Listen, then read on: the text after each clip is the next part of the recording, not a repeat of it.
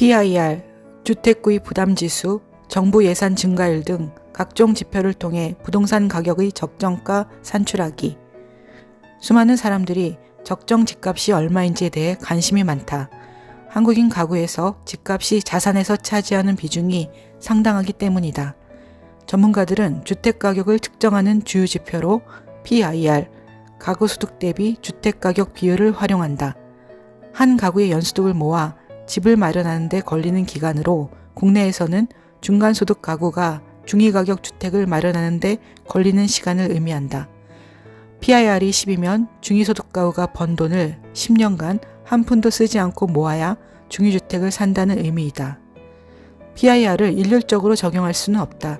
서울과 지방, 도농 간의 소득 격차가 발생하고 공동주택과 단독주택가의 가격차도 있기 때문이다. 또한 서울 아파트와 광역시, 중소도시의 수요가 다를 수도 있다. 중소도시에서 가수요가 발생할 여지가 적지만 서울을 비롯한 메가시티에서는 투자로 인한 가수요가 발생하고 있다.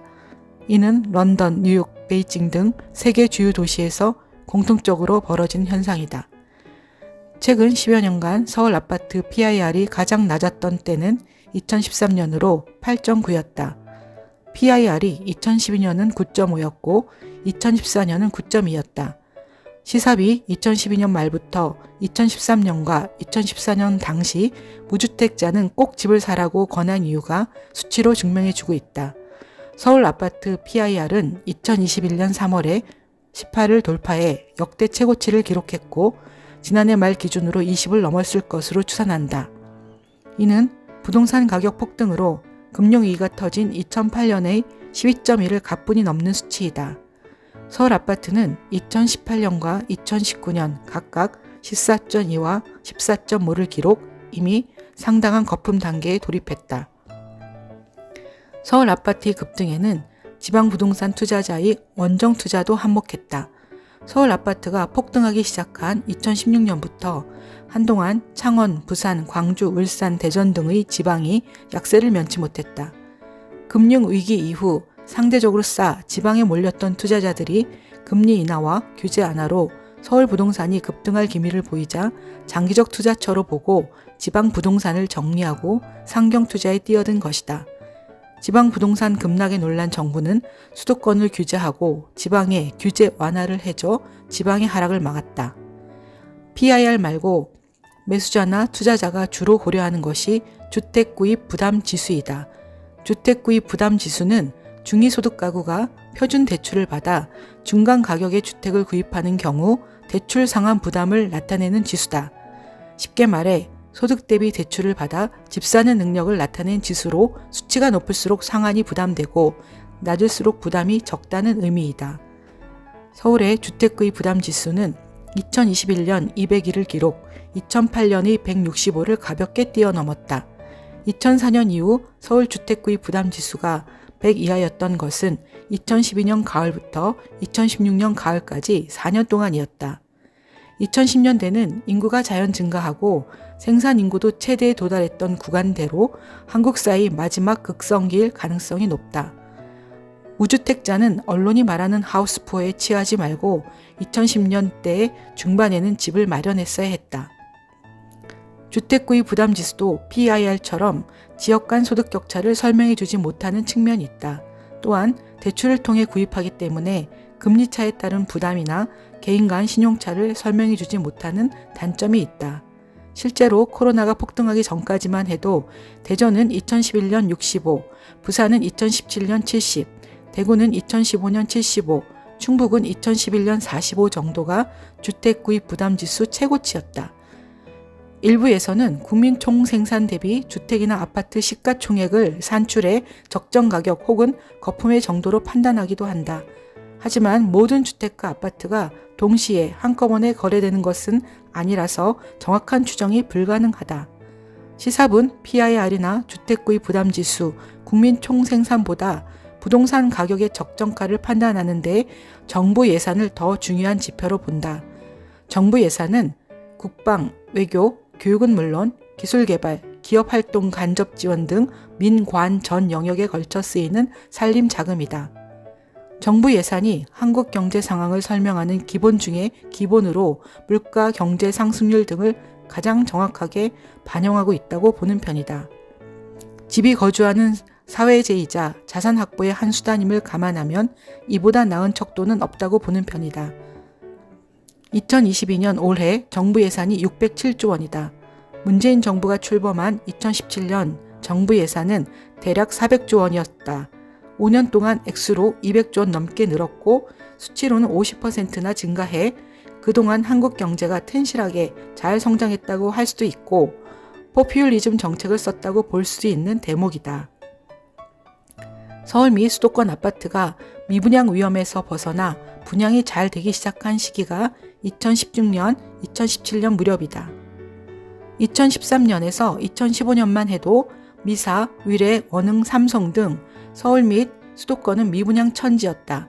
2014년, 2015년에는 경희궁자이, 마포 리베뉴 같은 서울 1급지도 저층은 미분양이 나왔다.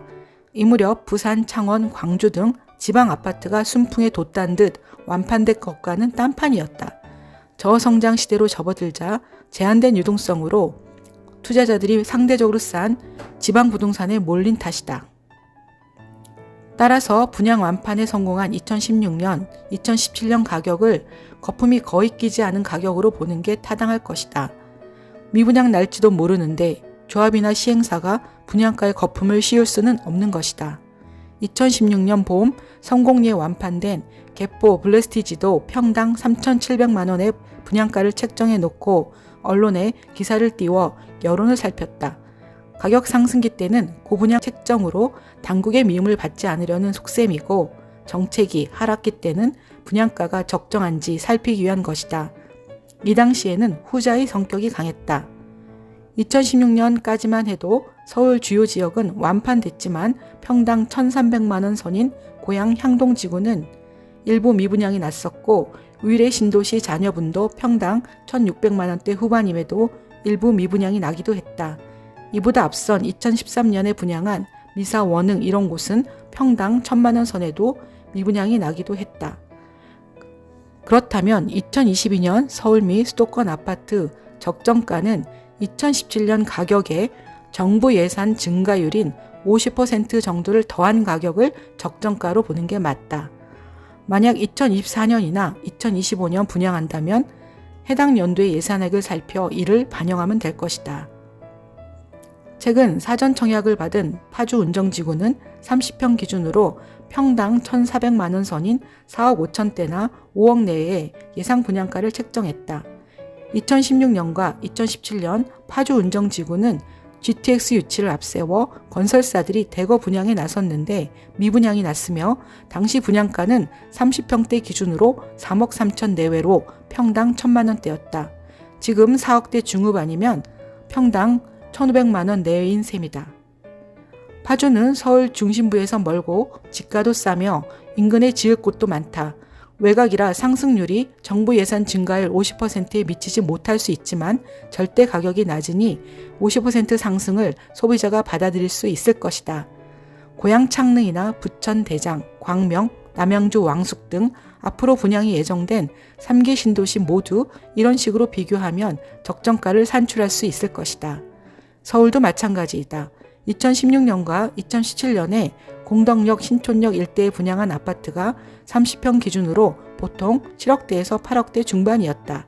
중간 가격을 7억 5천이나 8억 정도로 잡고 이 가격에서 50에서 70%를 더하면 소비자가 수긍할 가격이 아닐까 싶다. 이렇게 계산하면 2022년 기준으로 대략 10억에서 14억 원 정도가 마포 역세권 신축 적정가로 나온다. 개포 블레스티지 30평이 12억 정도 했으니 여기도 55에서 80%를 더하면 18억에서 21억, 헬리오는 8억 5천에서 11억을 했으니 대략 13억 원에서 17억 원 정도로 산출할 수 있다. 하지만 아무리 강남이라도 절대 가격이 너무 높아 조정이 오게 되면 저 가격이 유지될지 못할 가능성도 있다. 구축 아파트 가격은 거의 동일한 조건이라면 신축 분양 아파트에 비해 통상적으로 15에서 30% 싸다. 지방은 서울과 달리 2016년과 2017년을 기산점으로 삼으면 안 될 것이다. 앞서 주택구입 부담 지수에서 살폈듯 각 지역마다 최고점과 최저점이 다르기 때문이다. 오랜 바닥에서 탈피해 완전 분양에 성공하던 해를 기준으로 삼아 나름의 판단을 더해 적정가를 산출해야 할 것이다. 이를테면 대전은 2012년 고점 전의 바닥인 2009년 가격과 현재 고점 전인 2018년에서 2019년 가격을 설정하고 각각의 고점 가격이 저점 당시의 정부 예산에서 고점 당시의 증가한 정부 예산 비율만큼 상승했나를 비교해 봐야 할 것이다. 대전은 세종이란 인근 도시로 수요를 뺏긴 것도 계산에 넣어야 한다. 그 밖에 고려해야 할 요인들. 서울의 경우 도심과 강남 중심부로 올수록 아파트 분양가에서 땅값이 차지하는 비중이 큰 데다 정부의 규제로 도심 지가가 현실 가격을 제대로 반영하지 못하는 측면을 감안해야 한다. 또한 희소성 원리도 반영되어야 할 것이다. 재개발, 재건축보다 신도시 개발이 주가 되는 지방 대도시나 광역시의 경우 택지 조성 원가에 반영되는 물가 상승률, 그리고 개인의 소득 증가율과 금리 및 유동성 등을 따져봐야 할 것이다. 앞으로 인구가 줄고 도시 확산 현상이 그치게 되면 부산, 대전, 대구 등 지방 대도시도 신도시에서 도심 개발로 방향을 틀지 모른다. 지하철 및 철도역, 학교 등 수많은 기반시설을 방치하다시피 놔두고 신도시만 개발하는 것이 고령화에 맞춰 예산을 적절히 배분하고 지출을 절감해야 할 수축시대에 적당한 선택이 아니기 때문이다.